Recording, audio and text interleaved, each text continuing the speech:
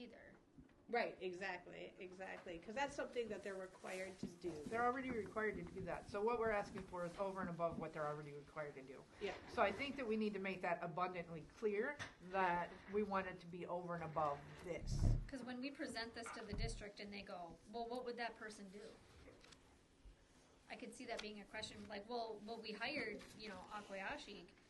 What does an American Indian Curriculum Academic and Integration Specialist do? What else would they do that we're not already doing? I could see them asking that.